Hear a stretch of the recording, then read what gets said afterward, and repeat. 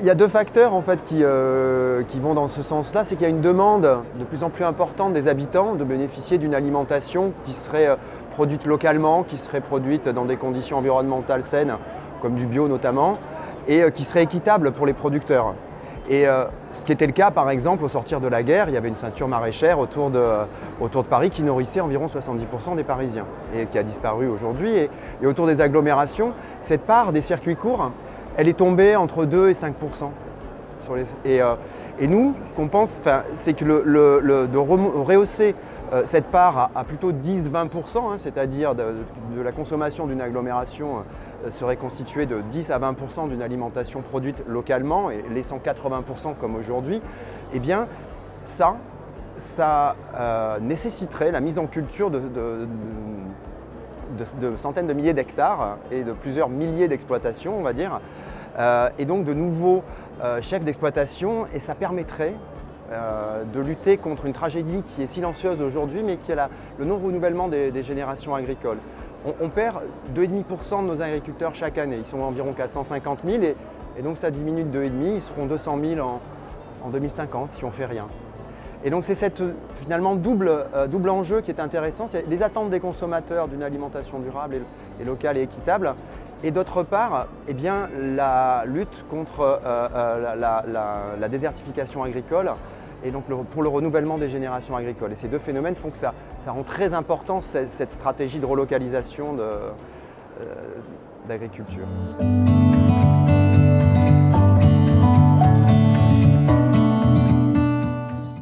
Bien, la ceinture verte, l'idée c'est de permettre aux collectivités de s'immiscer dans les affaires agricoles. Ce n'était pas leur cas. Les affaires agricoles sont traitées par la Chambre d'agriculture, avec la SAFER et des instances qui ont été mises en place. On est sur un marché réglementé qui marche très bien, qui nous a permis d'être un pays exportateur, un pays souverain en termes agricoles, mais qui aujourd'hui a les problèmes que j'évoquais. Et donc si on veut mettre en culture, si on veut recruter des nouveaux chefs d'exploitation et les tourner vers de la production alimentaire locale, en réalité, les outils dont on a à disposition, les appels à projets, ce type de choses qui travaillent à l'unité, qui vont mettre en place une exploitation, ne vont pas suffire. Il faut bien avoir les ordres de grandeur en tête. Si on veut relocaliser 10% des légumes, même pas des fruits, même pas du lait, même pas de la viande, mais juste 10% des légumes autour d'une agglomération comme Pau ou Valence, c'est une centaine d'exploitations qu'il faut créer. Ce n'est pas 5 ou 10, c'est une centaine.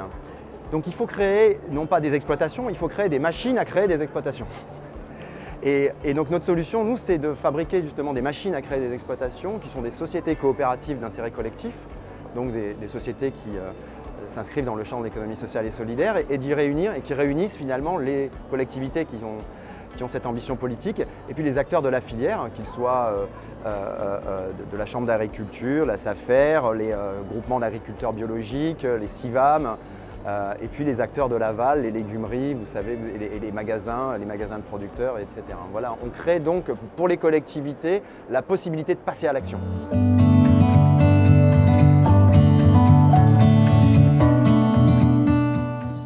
C'est un projet enthousiasmant puisque, comme je le disais, c'est d'abord une attente des citoyens. On a démarré à Pau avec François Bayrou qui a dit Banco et on a créé une première société.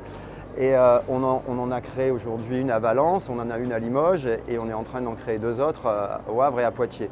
Ce qui est intéressant dans l'implication et en quoi c'est des projets collectifs, c'est que chaque fois qu'on crée une société coopérative, vous avez l'agglomération met un peu d'argent public au capital, mais on va faire un levier là-dessus puisqu'on va prendre notre micro, surtout les gens plus connus que moi que sont les patrons, les grands-mères et les patrons d'agglo qui prennent leur micro et qui disent écoutez, voilà, nous allons relocaliser des maraîchers, c'est une bonne nouvelle et ceux parmi les habitants qui se solidariseraient de cet objectif, c'est une initiative participative. Vous pouvez venir à la fois faire des chantiers participatifs, mettre la main à la pâte, mais aussi si vous voulez investir, vous pouvez investir.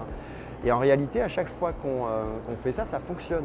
Et donc c'est le témoin vraiment du désir des habitants que de s'associer à ce genre de choses. Et pour qu'il y ait des ordres de grandeur, à Pau, l'agglomération a mis 100 000 € au capital et on a trouvé 300 000 €. Donc on fait x4 Et donc ça nous permet de créer une société qui a des fonds propres conséquents et qui peut du coup agir avec une plus grande marge de manœuvre.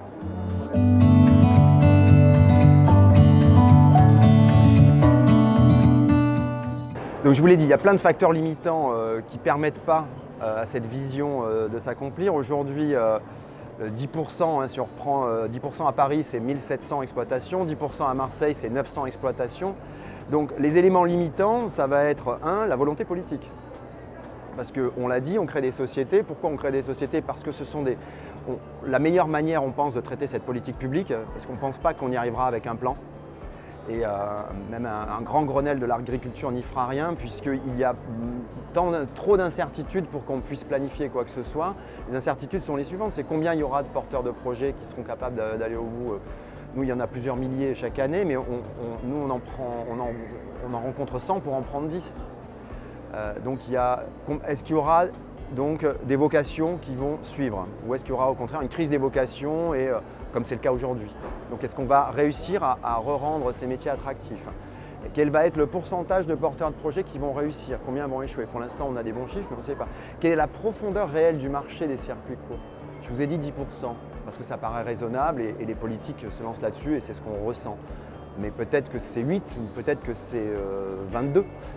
44, on ne sait pas. Donc tout ça est incertain.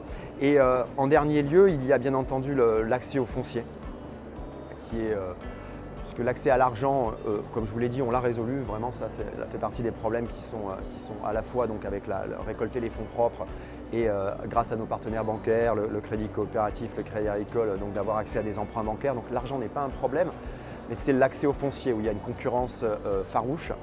Le foncier pour l'agriculteur, c'est quelque chose de très émotionnel en fait, hein, et donc vous savez qu'il y a une tendance naturelle à faire grossir les exploitations, hein, ce qui conduit aux statistiques que j'évoquais tout à l'heure. Donc les exploitations deviennent de plus en plus grandes et on ne peut pas empêcher les gens de vouloir croître au fond. Et donc il y a une vraie concurrence du foncier, c'est-à-dire on a un enjeu d'acceptabilité dans la profession. C'est-à-dire qu'on nous voit parfois comme des ludites, vu d'un agriculteur dont les grands-parents étaient agriculteurs et se sont cassés le dos dans les années 50, et quelqu'un qui a fait un parcours, qui a mécanisé, qui a utilisé la chimie, donc qui est dans une approche technologique, du maraîchage biodiversifié sur petite surface, ça apparaît comme quelque chose qui pourrait être rétrograde ou en réalité, ça ne l'est pas, parce que la pénibilité de ces métiers a considérablement diminué, que c'est des jeunes entrepreneurs, ils se versent un revenu tout à fait décent. Donc en réalité, il n'y a pas cette pénibilité. Mais voilà l'image qu'on peut avoir face à une agriculture industrielle. Et donc l'enjeu pour nous, c'est de se faire une place, c'est-à-dire que tout le monde... alors il y a beaucoup de patrons de chambres d'agriculture et je salue mon ami de la Drôme qui le dit mieux que moi, mais voilà, que tout le monde croit bien que l'agriculture elle peut être sur deux piliers, voilà, du local, des petites exploitations, des producteurs et des circuits courts, et à 20% peut-être, et à 80% une agriculture de masse, industrielle et de marchés internationaux et de prix internationaux. Et que il n'y a pas d'opposition. Les gens qui voudraient du tout ça ou du tout ça sont très clivants, sont dans la harangue et on nuise à ce qu'on fait. Et donc voilà, nous, il y a un enjeu d'acceptabilité à ce que tout le monde partage cette idée qu'il y a des agricultures et il ne faut pas faire un concours de mon agriculture est plus grosse que la tienne.